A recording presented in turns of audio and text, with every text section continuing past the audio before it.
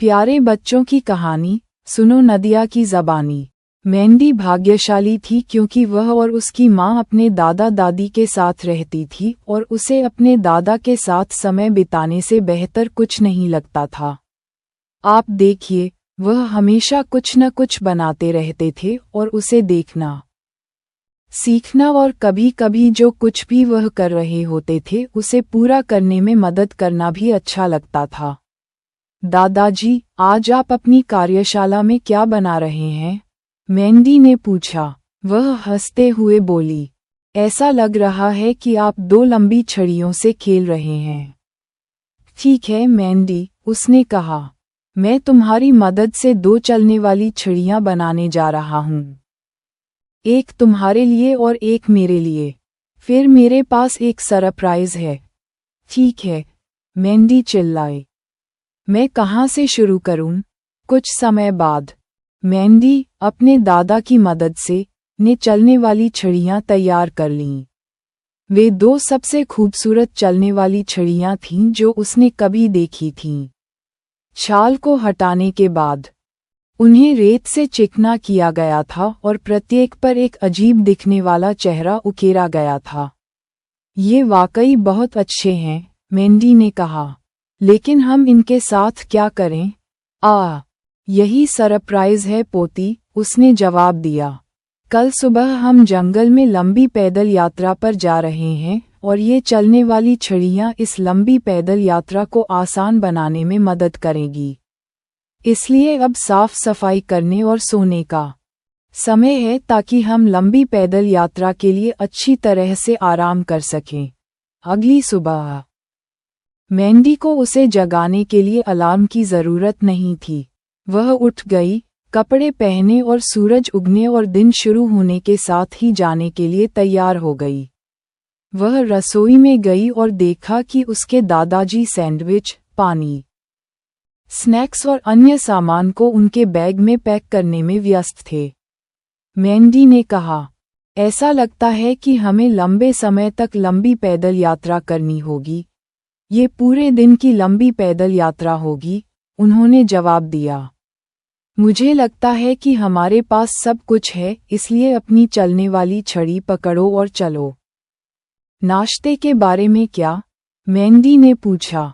ओह, क्या मैं ये बताना भूल गई कि हम एक डिनर पर रुकने और नाश्ता करने जा रहे हैं? उन्होंने मुस्कुराते हुए कहा। उनकी यात्रा शुरू हुई। एक बढ़िया नाश्ते और एक लंबी ड्राइव के बाद वे एक पहाड़ की तलहटी और पगडंडी की शुरुआत में पहुंचे। ये खूबसूरत है, मेंढी ने कहा। हम कहाँ लंबी पैदल यात्रा कर रहे हैं? पहाड़ की सबसे ऊंची चोटी पर, जहां हम दोपहर का भोजन करेंगे, आराम करेंगे, शायद तैराकी करेंगे और फिर वापस नीचे उतरेंगे, उन्होंने जवाब दिया। तैरना? मेंढी ने उत्साह से कहा। क्या पहाड़ की चोटी पर कोई झील है? हाँ, उसके दादाजी ने जवाब दिया। बड़ी सपाट चट्टानों से घिरा एक तालाब है। इसे पिछले हिमयुग के दौरान पहाड़ से काटा गया था और यह साफ ठंडे पानी से भरा हुआ है। वाह! मेंढी बस इतना ही कह सकी। जैसे जैसे वे पहाड़ पर चढ़ते गए, मेंढी ने कई सवाल पूछे। वह किस तरह का पेड़ है? हम कितने ऊंचे हैं? क्या यहाँ भालू हैं? क्या यहाँ कोई और लोग हैं? अगर हम खो गए तो हम क्या करेंगे? क्या सांप हैं? और जाहिर है, क्या हम अभी तक वहाँ पहुँचे हैं? उसके दादाजी ने उसके सभी सवालों का यथासंभव जवाब दिया और समझाया कि वे एक बहुत ही प्राकृतिक क्षेत्र में थे। बहुत ज्यादा लोग नहीं, सभी तरह के जंगली जीव, यहाँ तक कि भालू भी। उन्होंने उसे अपने आसपास की प्राकृतिक सुंदरता, खास तौर पर जानवरों को समझने और उनका सम्मान करने में मदद की। उन्होंने उसे कंपास का उपयोग करना सिखाया तथा पैदल यात्रा के दौरान सुरक्षित रहने में मदद करने वाली चीजें भी सिखाईं, जैसे किसी लकड़ी के लट्ठे पर पैर रखने से पहले अपनी छड़ी को दूसरी तरफ रख दें ताकि कोई जानवर, जैसे सांप, ये जान सके कि आप वहाँ हैं। कोई गाना गाएं या कोई आवाज़ करें ताकि बड़े जानवरों को पता चले कि आप उनके इलाके में हैं। एक धीमी आवाज़ में उसके दादा ने कहा, मैंडी, जब आप लंबी पैदल यात्रा कर रहे हों या कहीं और हों, तो कुछ बातें याद रखनी चाहिए। पृथ्वी हमारी माँ है, उसका ख्याल रखें। सभी जीवन पवित्र हैं। सभी जीवन का सम्मान करें। पृथ्वी से वही लें जो जरूरी है और उससे ज्यादा कुछ नहीं। अपनी यात्रा का आनंद लें लेकिन कोई निशान न छोड़ें। जैसे ही वे थोड़ा आगे बढ़े, जंगल खुल गया और मैंडी ने तालाब को बड़ी सपाट चट्टानों से घिरा हुआ देखा। वे पहुंच चुके थे और ये लगभग एक अलग दुनिया में होने जैसा था। मैंडी ने एक बड़ी चट्टान उठाई जो उनके आराम करने के लिए पानी में फैली हुई थी। ये सूरज की रोशनी से गर्म हो गई थी और दोपहर के भोजन के लिए एकदम सही जगह थी।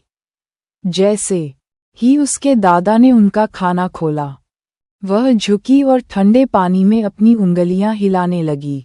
तुरंत कई छोटी मछलियां वहां आ गईं और उसकी उंगलियां कुतरने लगीं। वह आश्चर्य से चीख उठी और फिर, यह महसूस करते हुए कि मछलियां सिर्फ जिज्ञासु थीं, उसने अपना हाथ वापस पानी में डाला और मछलियों को अपनी उंगलियों के इर्द गिर्द घूमते हुए देखा। वह तब तक हंसती और मछलियों के साथ खेलती रही जब तक कि उसने अपने दादाजी को ये कहते नहीं सुना कि दोपहर के भोजन का समय हो गया है। दोपहर के भोजन और आराम करने के बाद उन्होंने तैराकी की। पानी गहरा था और मैंडी चाहे जितनी भी कोशिश कर ले, वह नीचे तक नहीं पहुंच सकती थी। जब भी कोई जिज्ञासु मछली उसके शरीर को काटती तो वह हंसती और एक हिरण को पानी पीने के लिए नीचे आते हुए देखती। यह एक शानदार दिन था और जब उसने अपने दादाजी को ये कहते सुना, मैंडी, अब सूखने और कार तक नीचे जाने का समय हो गया है, तो वह दुखी हो गई, ये सुनिश्चित करने के बाद कि सब कुछ वैसा ही है जैसा कि वे पहुंचते समय था। उन्होंने पहाड़ से नीचे की ओर अपनी चढ़ाई शुरू की। थोड़ी देर बाद मैंडी ने पूछा, दादाजी, क्या हम पहाड़ से नीचे जाने के लिए कोई दूसरा रास्ता अपना सकते हैं? मुझे नहीं समझ आता कि ऐसा क्यों नहीं किया जा सकता, उन्होंने जवाब दिया। थोड़ी देर बाद रास्ता आसपास की झाड़ियों में घुलने लगा और फिर गायब हो गया। मुझे डर लग रहा है, मैंडी ने कहा। मुझे लगता है कि हम खो गए हैं। नहीं, हम खोए नहीं हैं, उसके दादा ने कहा, लेकिन हम किसी पगडंडी पर नहीं हैं। इसलिए हमें कार की दिशा में पहाड़ से नीचे उतरना जारी रखना होगा। बस आसपास के माहौल का आनंद लें और अपने पहले हाइकिंग एडवेंचर पर एक साथ रहें। जैसे जैसे वे नीचे उतरते गए, मैंडी ने कहा, दादाजी, मुझे स्कूल में एक समस्या है और मुझे नहीं पता कि किससे बात करनी है। मुझसे बात करो, उन्होंने कहा। मैं बात करना चाहूंगी लेकिन आप मेरे दादाजी हैं और आप नाराज हो सकते हैं क्योंकि आप परिवार के सदस्य हैं और दोस्त की तरह नहीं। अब मैंडी के दादाजी को गंभीरता से सोचना पड़ा। आखिरकार वह सही थी कि उसके दादाजी के रूप में वह नाराज हो सकते हैं या उनकी भावनाएं आहत हो सकती हैं, लेकिन उसे एक दोस्त के रूप में एक बड़े व्यक्ति की जरूरत थी। मैंडी, उन्होंने गंभीर स्वर में कहा, अगर मैं वादा करूं कि हम जो भी बात करेंगे वह हमारे बीच ही रहेगी और मैं नाराज नहीं होऊंगा या आपसे आपके दादाजी के रूप में बात नहीं करूंगा, बल्कि एक पुराने दोस्त के रूप में बात करूंगा, क्या आप मुझसे बात करेंगी? क्या यह एक वादा है? उसने पूछा। हाँ, उसने धीरे से कहा, और आप जानते हैं कि मैंने आपसे कभी कोई वादा नहीं तोड़ा है। उसने उसे गले लगाया और बात करना शुरू कर दिया। जल्द ही वे पहाड़ के नीचे पहुंच गए और कार पैक कर रहे थे।